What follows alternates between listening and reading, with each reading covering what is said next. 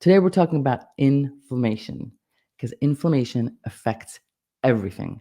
Whatever it is that you're feeling, your achy joints, your belly discomfort, your allergies, your food sensitivities, Alzheimer's, brain fogs, anxiety, autoimmunity, depression, it's all inflammation. Inflammation affects everything: the brain and nervous system, the GI tract, your liver, your kidneys, your pancreas, your endocrine system, your hormones, your thyroid, your adrenals, your muscles, your joints, your connective tissues, your immune system, autoimmunity, you name it, it starts with inflammation. Now, inflammation is a spectrum, right? It ranges from, hey, I just don't feel good, like I don't feel good-itis, all the way to I have a disease, a diagnosis, a chronic illness. So we really need to talk about inflammation because it's everywhere. So before I start, I would like to let you know how to reach me and my team. And the way you reach me and my team is basically look us up on the New Method everywhere. New is spelled with a K because you always knew there's a better way. And we're everywhere on Instagram and Facebook. If you're watching us live, drop the word live. Let us know that you're here. It is a great feeling to know that you guys are here. And if you're watching us later on replay, drop the word replay. It lets us know that you're watching. It engages our team in case you have questions. If you're on YouTube, don't forget to like and subscribe. If you are listening to me on a podcast, today I decided to wear my green reading glasses just to change it up, see what it looks like on video. But other than that, you're not missing anything. And let's dive right in and talk about inflammation, right? So there's good inflammation, right? Good inflammation. Let's just say we fall, we hurt ourselves. And when that happens, the body recognizes that we have injury and inflammation comes to the area swells, it brings white blood cells, it brings cells to repair to the area, and the swelling is part of healing. And then in a few days, the swelling goes down, the area heals. And this type of temporary inflammation happens every time you injure yourself or strain yourself. It gets worse for a few days, and then it improves, right? We call that acute inflammation or short-term inflammation. Well, the problem is when the short-term inflammation becomes chronic inflammation. Chronic inflammation is a whole different problem. That's prolonged. It's chronic and it wreaks havoc on the body. It settles in different parts of the body, the belly, the joints, the brain, and it creates this constant state of I-Don't-feel-Good-Itis, the kind of inflammation that stays with you all the time. And unless that inflammation is controlled or reversed, it will get worse. Now, chronic inflammation leads to disease. And depending on where the inflammation is, it will affect that organ. Inflammation in the brain, brain fog, Alzheimer's, inflammation on the skin, rashes, in the lungs, respiratory issues, right? Joints, joint pain. So it really depends on where it is. But almost every disease starts with inflammation, and it's cooking in the body way before the disease becomes noticeable. By the time you have the official diagnosis, inflammation's already been there for a long time and already started doing the damage. Okay. And we've met patients who are in different places on the inflammation. You might be on a different place on the inflammation spectrum. Again, ranging from, hey, I just have low energy and some like GI issues, or, I really can't perform at the gym like I used to, or maybe fatigue and brain fog, or all the way on the other side where like they can't even get out of bed anymore. They can't walk to the mailbox without debilitating pain. They can't sleep. Right? They already have diagnosis. So no matter where you are on the spectrum, you're inflamed. And you don't have to wait for this inflammation to become a disease, or you want to stop it before it becomes a disease. Or if you already have a diagnosis, you want to stop the inflammation before it worsens your diagnosis. So then the question is, what causes inflammation in our body? What's going on here? How did this happen? So each person's a little different. I'm going to give you some pathways to inflammation, and you could probably have more than one, but let's go over some of them, right? Oh my God, I've never done this with glasses. This is exciting. Okay, the things that get me happy. So one, physical injury, right? Getting injured is impossible to avoid. You're going to fall, you're going to cut yourself. But if you have consistent, multiple injuries over time, this will create chronic inflammation. So avoiding overstraining is important, right? For those of you out there who are the weekend warriors, you do nothing all week and then on the weekend you go bananas, you can be sustaining, this constant strain and stress on the body and these constant injuries repeatedly. That creates inflammation. So be mindful of avoiding repetitive, constant injuries. Like what happens to football players and boxers after multiple injuries. After a while, because they never get a chance to recover before the next injury, it starts becoming chronic. So think about that as you insist on doing the same thing every weekend that kind of lays you up for a few days because you just have to reach that milestone. You don't have to, okay? Don't hurt yourself. So that's physical injury. Then there is the psycho-emotional part, the mental and emotional stress that promotes inflammation and reduces immunity. And it often leads to sleep issues, which then exacerbates our inflammation. So this creates a loop. Inflammation messes with our sleep, then being sleep deprived gives us more inflammation, and it's a really hard loop to break out of. Just like repeated injuries, stress adds up like building blocks, creating more and more inflammation. And when our bodies are burdened by these life events and our environment and the chronic issues, we know that this causes health problems and diseases.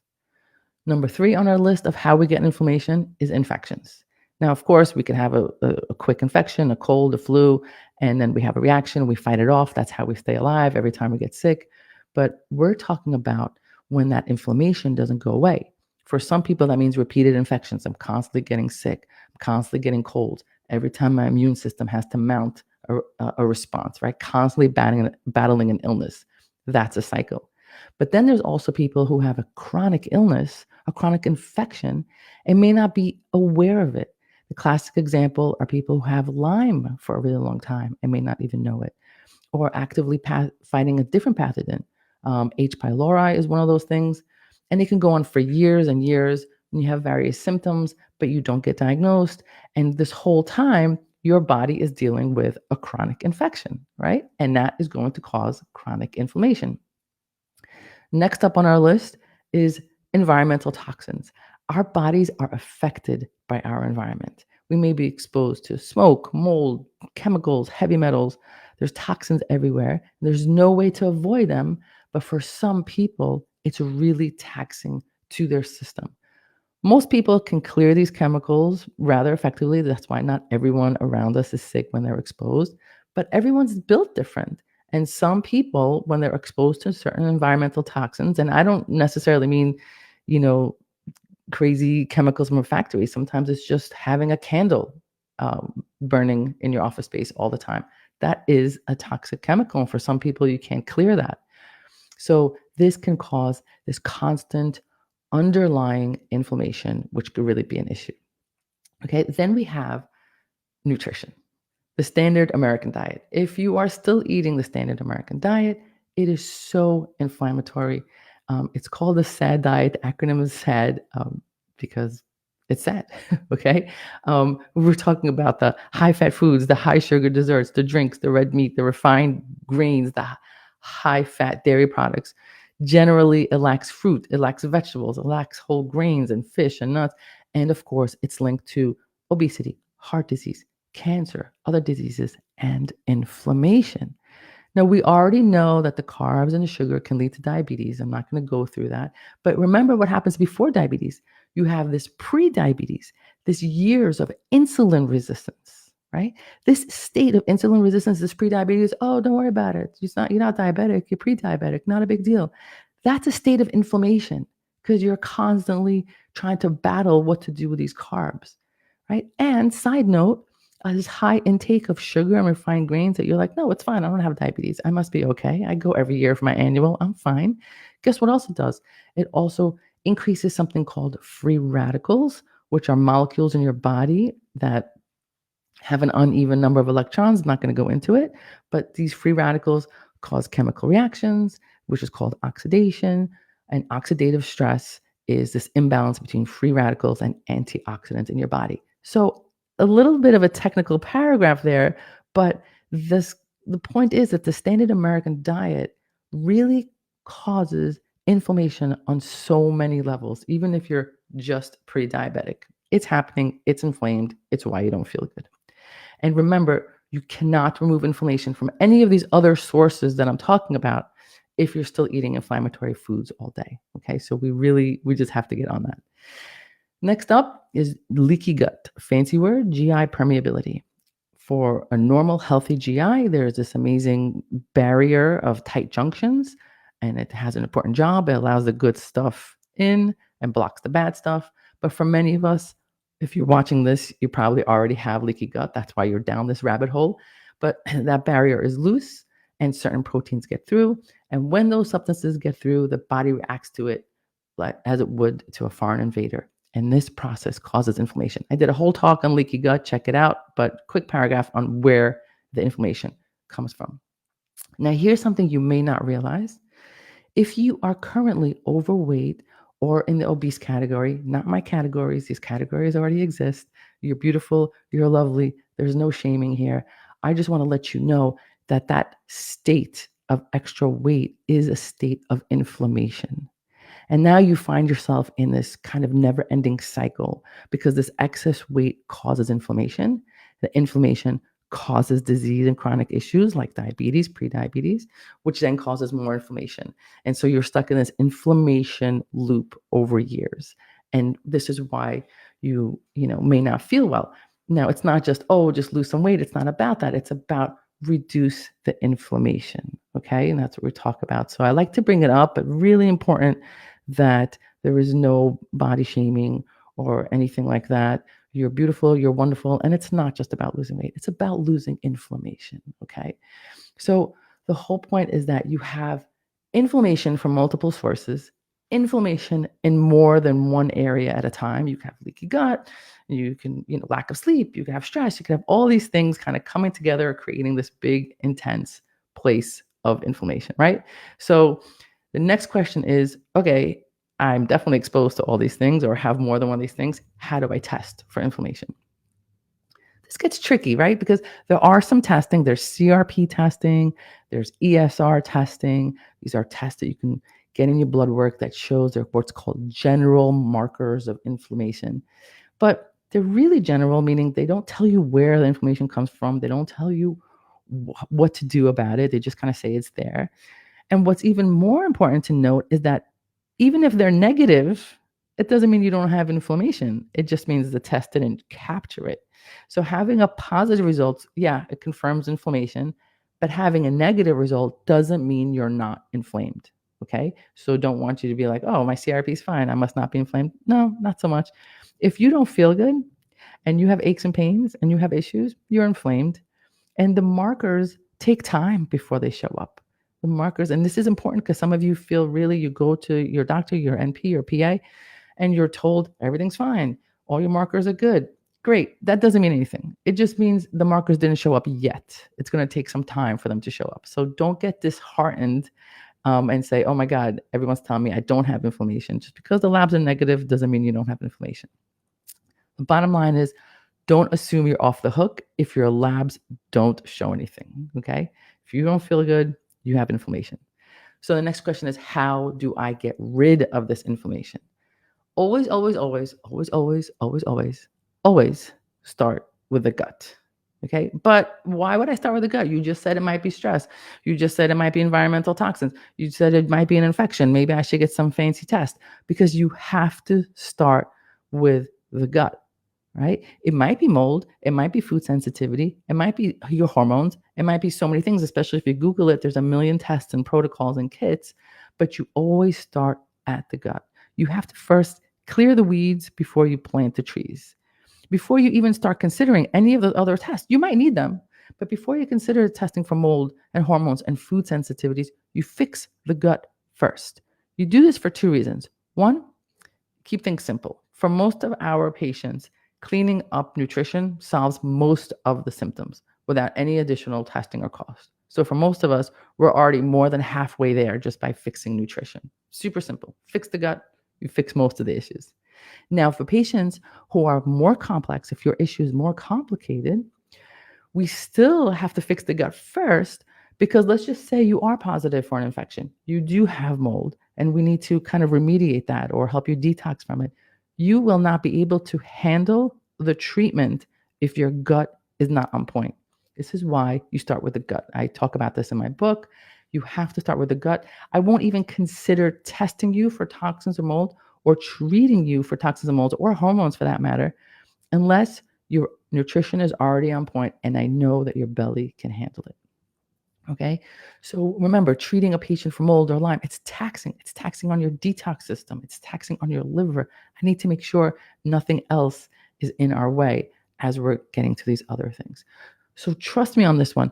Doing it in this order, fixing the gut first, will actually save you time and money and frustration later on and get you feeling better faster. Now, if after all I'm about to talk about with the gut, after that you still don't feel well, then you go into the vortex of other possibilities. Okay, so here's how it goes. How do you fix the belly? It's the 4R protocol. I did not invent this protocol. It's a very well known protocol in functional medicine. It's been around for years. And this is what the 4R stand for: remove, replace, reinoculate, repair.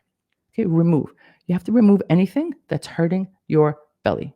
That, of course, includes certain foods, but it also might include certain pathogens like H. pylori or other bacteria, right? So let's start with foods.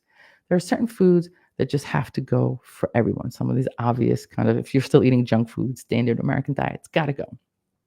Because remember, people with leaky gut, and you probably have leaky gut if you're here, the more nonsense we eat, the more that goes into our system and creates inflammation. So this might, it's not a one size fits all, and depends where you are on the spectrum and your motivation level. But for some people, it's just going to be removing high fructose corn sugar. But for other people, it's going to be about removing gluten and dairy and corn and soy and legumes and grains, right? But it's not a one size fits all for everyone. Some people have to eliminate more intensely, and some people have to eliminate forever, and some people will only have to eliminate for a few weeks and may be able to be reintroduced later. I also recommend considering intermittent fasting because it helps heal the gut so much. I did a whole episode on that. Check it out. Excuse me a second. This is the downside of being human. I don't know how people on the news do it without having to clear their throat. I'm impressed by you. So remember, removal is not just about food, it's also removing pathogens. So if you have H. pylori, you have to treat that. That's a bacteria in your belly. Anything that is in your way of your belly being healed has to be removed first, right? This is why people say to me, what supplement should I take? I don't know. How's your belly doing? What supplements are going to help if you're still eating a standard American diet and you're full of bacteria, right? So you have to go to the basics first. So remove is first. Second is replace. Just as important as it is to take the troublesome food out of your diet, you also have to make sure you have good things in your nutrition, right? It's not just enough to eliminate foods. You have to put the good stuff in. This is important because some of you out there are like, you know what? I'm just going to eat like chicken and broccoli every day. These two things don't hurt my belly. I'm going to eat that forever. I'm good to go. Besides the fact that it's not realistic, it actually creates a new problem because your microbiome needs diversity. It doesn't like the same thing all the time. It needs different things and different bacteria and different sources of protein and different sources of phytonutrients. Diversity is important. So you actually have to venture out, try a new vegetable and a fruit, something you haven't tried before, different colors. Remember, those colors are important. They're phytonutrients. They have antioxidant, anti-inflammatory benefits. We're trying to get anti-inflammatory. Make sure you eat the rainbow. Now, in this replace section, some of you might also need other things replaced, like digestive enzymes. Some of you might actually need stomach acid in there. And yes, you're going to need some guidance here, whether you work with me and my team or a different functional medicine provider. But part of the replace phase of the protocol is to put the things that are missing inside. Right? That's what the R stands for. This brings us to the third R, which is reinoculation. This is when we put good bacteria into the gut. Another word for good bacteria is probiotics. Remember, we need to have a balance of good and bad bacteria. If you don't know about dysbiosis, try to find that episode on my podcast or on YouTube where I talk about dysbiosis. And one way to do that is with supplements. Sure, supplements are full of these probiotics, actually are pills full of good bacteria. Probiotics, that's what they're called. They're living bacteria in that pill. But there's also food that have good bacteria in them. Anything fermented, yogurt, sauerkraut, kimchi, kombucha, pickles, a lot of them have good bacteria in that. And then there's a whole world of prebiotics, which is basically the food that feed the bacteria. So you're going to want leeks, onions, asparagus, bananas, garlic, if you're allowed those things. The point is, I just like to let people know what prebiotics means. It's not anything fancy. Your bacteria are alive. They need food. That's prebiotics. Bringing us to the next R, which is repair. So we've removed the offending agents. We added some good nutrients, maybe some enzymes or digestive or hydrochloric acid if we need to. And then we added probiotics. Okay. And now we need to repair the lining. We need certain foods and supplements to help us with healing. Certainly, a clean diet is already starting the work of healing, and the probiotics are fixing the microbiome. But here, I also like to add some supplemental support. I like to add collagen, acids, which also help repair the gut, right? Super important. And if you don't want to use supplements, guess what? Eating bone broth is a great way to repair the gut. It is full of collagen and amino acids, and people, have been making bone broth since the dawn of time. So bone broth is just naturally full of amino acids and collagen because it comes from the bone. Okay. Um, and I need you to know that as you start to do this, these 4 R's, this is where the magic happens. As you go through the process, you're going to notice how you feel. And if possible, keep a journal. In our office, we use software to track all the symptoms, but keeping a journal will do just as well. Pay attention to which things got better. What symptoms improved or disappeared altogether? Did the years of joint pain get better? Did that ringing in your ears, your tinnitus or tinnitus, however you want to call it, did that go away? The thing they told you will never go away, did it start getting better? Guess what? You're not imagining it. Is the bloating gone? The years of constipation? How about your sleep? Are you suddenly sleeping through the night? I can't tell you how in my patients I say, I can't believe I'm sleeping through the night just by changing my nutrition. Yeah, your nutrition affects how you sleep. Now, this is my favorite moment with my patients when they tell me, sometimes in tears, that they have never felt better. They can suddenly bend down to pick things up or suddenly have energy to exercise for the first time in years. Pay attention to your symptoms, okay? Did your stomach discomfort lessen? Are you experiencing less bloating? Did your skin clear up? Are the headaches better? Did the ringing in your ears stop? Did your constipation or your diarrhea improve? Are you sleeping through the night? Did the heart palpitations and sweating go away? And you're like, yeah, but is it really from my nutrition? Yeah, it's really from your nutrition. It really is. And once you start feeling better, you're officially a game changer. Go get one of the t-shirts, call yourself a game changer, because that's what you are. Because you've changed the course of your health destiny. Congratulations, you're amazing. And all you did so far was change your nutrition. But there's another reason I want you to pay attention to these symptoms, not just because it feels great, but you need to know what improved, which things got better, because that's how you're going to use to know when you can reintroduce, right? For example, let's just say your ringing in the ears got better, and then you reintroduce, I don't know, a banana later on, and the ringing in the ear came back. You have to know which things improved, because if it comes back, you know that you introduced something that was problematic. By the way, reintroduction is the 5th R. I know I said there's 4, but there is a 5th in some protocols, which is reintroduction. Because at some point, you're going to want to bring back some of your favorites into your menu. And this has to be done methodically and carefully, by the way, slowly, one at a time, with journaling, with paying attention to what the symptoms are, so that you can know what you can bring back. So, quick recap. If you're not feeling well, even if you don't have a diagnosis and you're just, I don't feel good-itis, you have inflammation. And if you already have a diagnosis, I don't care what the diagnosis is, you have inflammation. So now there are probably many reasons for your inflammation. Remember, we just went through that whole list. So the question is, where do you start? Always start with your gut, because you have to start there, even if there are other issues going on, even if you have mold, even if you have Lyme, even if you have hormonal imbalance, you have to start with your gut, because you need a strong gut to help you manage any other protocols coming down the pipeline. Remember, it's the 4 R's: remove, replace, reinoculate, repair. And then there is a 5th called reintroduction. That's a later stage. And if you're doing this and your symptoms are gone, your skin starts to clear up, your hot flashes go away, your joint pain is gone, guess what? You're done. You don't need to do anything else. You don't need to go down the vortex anymore. But if you're only feeling somewhat better, but you still have some issues left, that's okay, because now you're strong enough to be able to delve deeper into the next thing, whether it's Lyme or mold, etc. Remember, if you're listening, if you're in this vortex here with me, you are a game changer. You are changing the rules on your health. You are no longer sitting back and letting others tell you it's in your head. You are making the rules. Why? because you always knew there was a better way. I hope this helps. I'll talk to you soon.